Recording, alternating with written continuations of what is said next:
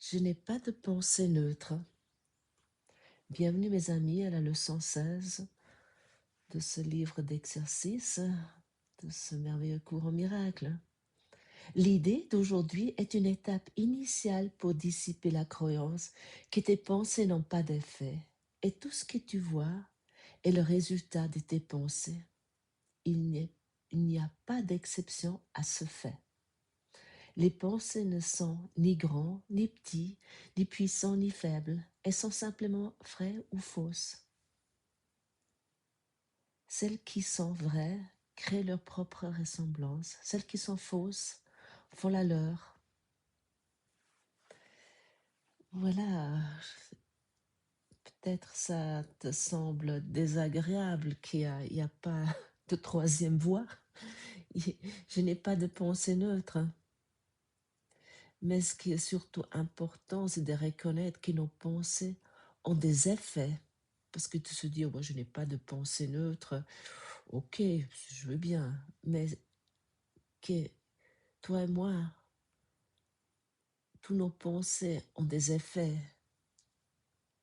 Et elles ne passent pas simplement par notre esprit sans conséquence. Et ça, nous croyons si souvent. Et tu vas peut-être me dire là, mais tu me dis il n'y a pas longtemps, je sais, il y a à peu près 60 000 pensées qui traversent l'esprit. Comment je peux tous les filtrer? Comment je peux faire ça? Mais pour cette raison, nous pratiquons cela ici. Et dans cette leçon, dans le paragraphe 3, d'ailleurs, nous est dit, nous répéterons cette idée sous de nombreuses formes et avant que tu la comprennes réellement. Parce que c'est vraiment c'est la base, en fait, pour qu'il y ait un changement véritable dans notre, ouais, dans notre esprit. Et nous pouvons le constater très concrètement lorsque nous devenons plus conscients des effets de nos pensées erronées. Les pensées négatives, les pensées sans amour, les pensées jugeantes, et j'en passe. Et il y a aussi ces pensées qui prennent le monde pour réel, qui s'appuient sur ces lois. Et là, nous avons plein de preuves. Il y a telle et telle chose, telle loi, telle règle. Il y a ces hiérarchies et surtout le particularisme. Nous voulons tous, d'une manière ou d'une autre, être particuliers, être spécial, être différent, être reconnu, être au-dessus, être du bon côté. Ça nous tient vraiment, on pourrait dire, à cœur, ce particularisme.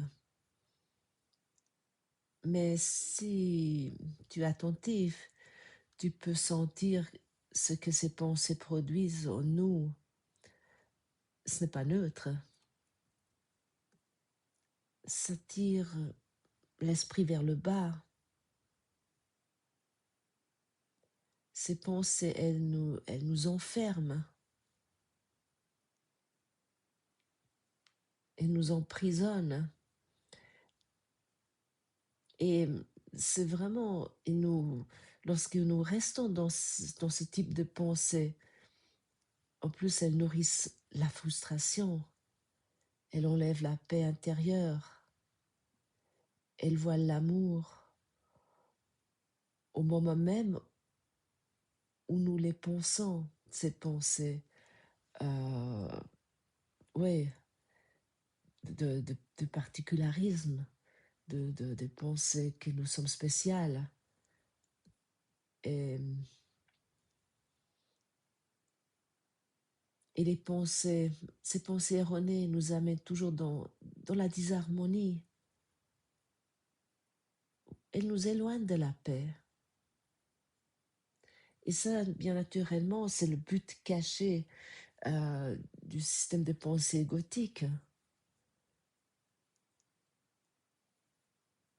Et oui, c'est le but caché, c'est de vouloir être particulier. Et regarde cela peut-être pour toi. parce que se dire: «Ah mais moi je suis spirituel, ah oui moi je pratique ce cours pour le bien du monde» et tu penses ça, en même temps tu penses à ta voisine, tu te dis: «Mais elle, donc elle est pas du tout sur cette voie, mais je suis là hem, pour que le monde avance». Mais si tu as cette pensée à côté qui est une pensée non aimante envers peu importe qui, envers ta mère, ton partenaire de vie, heu ça te mais malgré que tu as d'abord cette idée initiale: «Ah oui, mais moi je pratique la spiritualité, je veux l'harmonie», mais autant qu'il y a ce jugement entre le bien et le mal, entre le spirituel et puis ceux qui ne sont pas, tu restes toujours dans la disharmonie. Autant que tu constates pas que tes pensées sont pas neutres et tu commences pas à pratiquer cela, et ça demande une grande honnêteté. Heu, de d'admettre ça et peut-être tu vas me dire: «Mais alors il faut que je me retire dans un couvent, dans un ashram». Non, ce cours est vraiment fait pour pratiquer là où tu te trouves, heu et c'est ça que je trouve merveilleux parce que ça nous amène, ça nous c tout ce que tu vis est là pour pouvoir lâcher. Heu et parfois ça semble un peu rude, mais c'est ça qui est merveilleux. Tu as ton terrain d'apprentissage tout le temps avec toi. Tu as pas besoin de te retirer, de changer quoi que ce soit. Ce que seule chose que tu as besoin de changer, c'est c'est ta façon de penser, de choisir ce que tu veux véritablement. Est-ce que tu veux la paix ou est-ce que tu veux l'amour? Ou est-ce que tu veux la guerre ou la haine? Et, et tu te dis peut-être, ah, je souffre parce que j'ai trop d'émotions. Mais, mais ces émotions, c'est quoi? Euh, et nous, oui, nous préoccupons pas en fait de nos pensées. Nous nous préoccupons sans cesse de tellement d'autres choses. Nous pensons en fait les pensées sont pas importantes souvent. Nous les observons pas, pas ce qu'elles sont. Maintenant, tu n'as pas besoin de dire vraiment à t'asseoir et dire: «Ah ben alors si je dois tout le temps me préoccuper de mes pensées, heu et d'arrêter chaque pensée». Au début, ça demande un peu de pratique, c'est vrai, parce que nous sommes beaucoup trop laxistes avec nos pensées. Nous pensons que c'est normal d'avoir ces pensées jugeant ou, ah si on se dit peut-être parce qu'on a aussi ça je connais très bien, mon ego ça adore ça, d'avoir un côté un peu moqueur, mais sous le manteau que c'est amusant. Et ça c'est très bien démontré dans ces émissions, par exemple satiriques, sur la politique, et ils ont une très grande popularité. Ces émissions, alors je ne veux pas du tout dire que tu peux les regarder, mais les regarde peut-être avec ton enseignant intérieur et peut-être tu vas voir, ça va te donner une clé sur toi parce que ces émissions satiriques qui existent quasiment dans tous les pays, hein, je ne veux pas les citer maintenant, mais j'ai longtemps regardé, je crois que c'était sur, je ne sais pas, sur une des chaînes françaises, une émission satirique après le téléjournal et en fait, c'est que une façon cachée, parce que tout le monde rigole, tout le monde trouve ça drôle, de se moquer en fait de de la politique, du système politique, de la bureaucratie ou les sportifs, peu importe quoi, hein. Mais voilà, c'est aussi une façon d'attaquer, mais très voilée. Et je connais très bien cela, le côté, rigolote, mais dessous, il peut avoir l'attaque et c'est là ça demande une vigilance, surtout au début, hem, parce que ça nous éloigne de la paix. Euh, mais oui, se séparer de l'autre, se sentir supérieur, tout cela, ça nous éloigne de la paix, ça nous met dans une disharmonie. Et peut-être au fond de croire que Dieu punira l'autre, mais pas moi. Ça aussi. euh, mais nous ne pouvons pas croire des pensées qui ne sont pas en unité avec la vérité sans en payer le prix dans l'esprit. Et l'ego est un saboteur. Il ne crée rien, mais il détourne tout. Mais pourtant, nous avons un immense pouvoir, le pouvoir de l'esprit. Et souvent, nous nous sentons sans pouvoir, livrés à nos pensées, comme si elles nous dominent. Mais avec ce courant miracle, nous recevons un outil extrêmement puissant, parce que cette leçon nous invite à pratiquer, pas à devenir parfaite, non, pas à ne plus penser, mais à constater, à voir. Oui, en fait, lorsque tu te dis cette pensée au sujet de mon patron n'est pas une pensée neutre, tu commences à voir, à entrevoir autre chose. Et lorsque tu deviens conscient que tu n'as pas de pensée neutre, et c'est ça que cette leçon veut nous apprendre aujourd'hui. C'est ça le but de cette leçon. Parce que jusqu'à présent, nous traversons notre forêt de pensées, en fait, oui, sans constater que c'est la fait. Oui, c'est comme une forêt amazonienne. Où il y a des serpents, des animaux sauvages, où il y a des menaces partout. Mais nous traversons ça parce que c'est ainsi. Mais en fait, rien n'est neutre. Nos pensées ne peuvent jamais être neutres. Ils sont soit nous avons des pensées d'amour ou des pensées d'haine. Il n'y a pas un entre deux. Mais si tu pratiques cela, cette pratique a des effets. Mais bien sûr, nous allons continuer à penser. Donc, nous n'allons pas maintenant mettre un bouchon sur, sur notre cerveau. J'arrête de penser.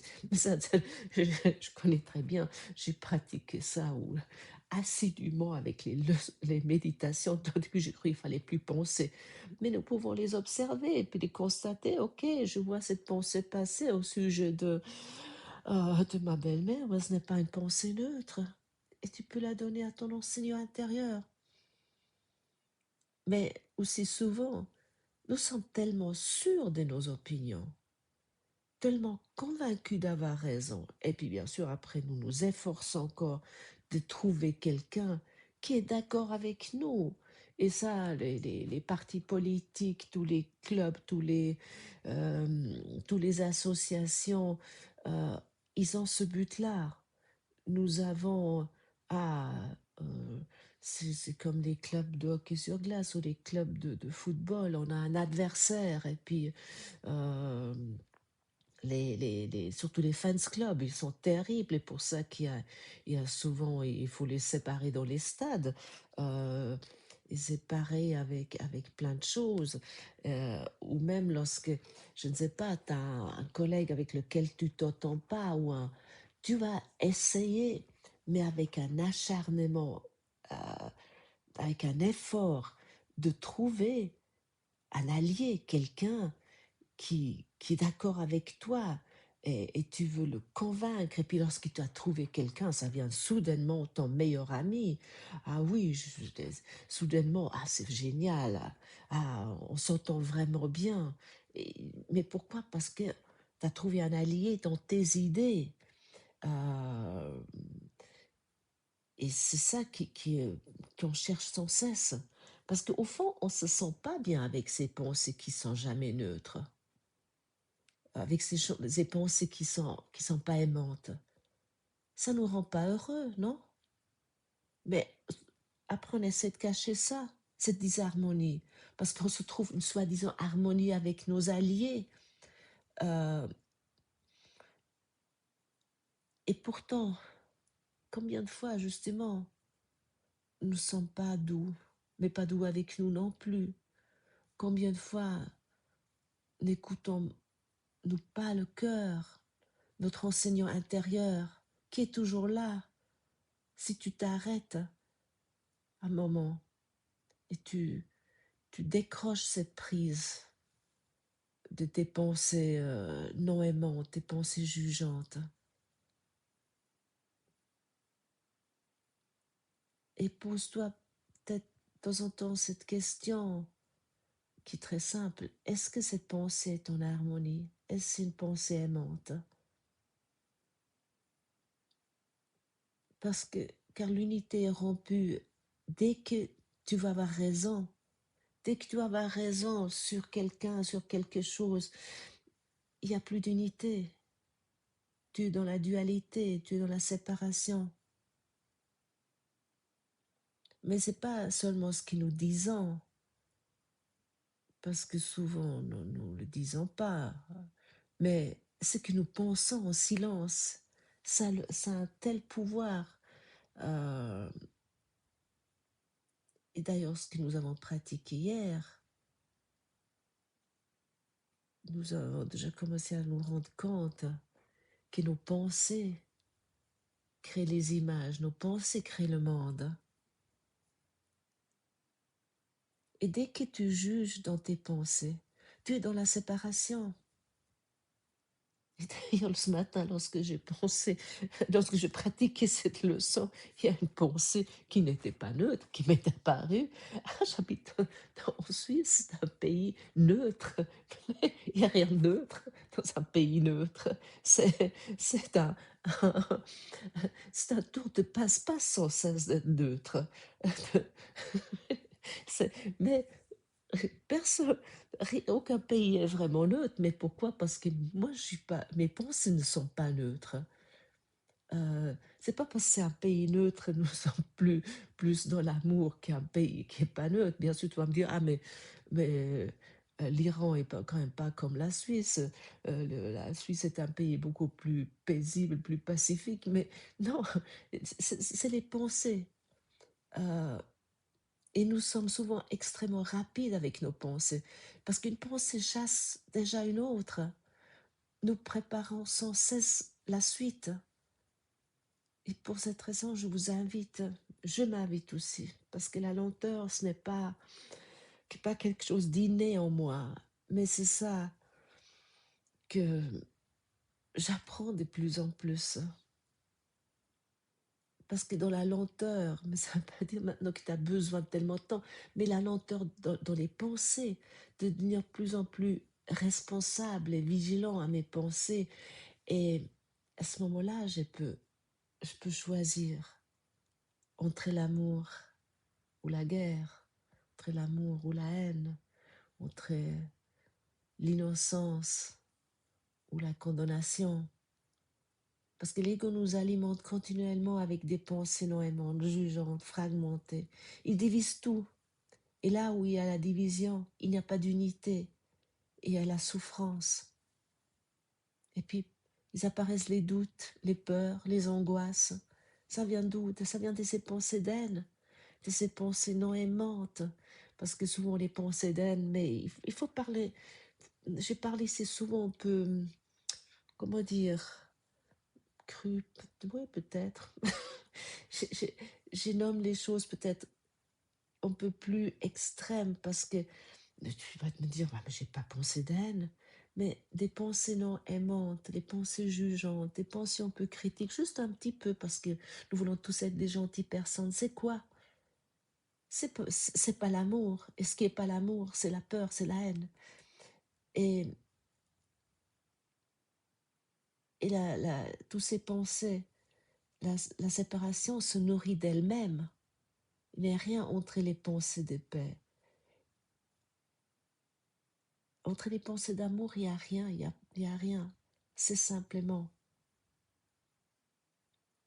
Mais, mais et avec ces pensées, est-ce que tu as déjà constaté pourquoi nous nous sentons parfois frustré, insatisfait, sans vraiment comprendre pourquoi. Ça t'arrive peut-être aussi, tu es dans un état, tu te supportes même pas toi-même. Mais regarde bien, pourquoi? Parce que comment serait-il possible d'aimer et de souffrir en même temps? C'est impossible, mais c'est nouveau ce compromis. Parce que rien, ce que tu aimes réellement, ne peut te détruire. Là où il y a l'amour, le bonheur est là. Le véritable amour connaît pas un contraire, il n'y a pas un contraire. L'amour et le bonheur sont une seule et même chose.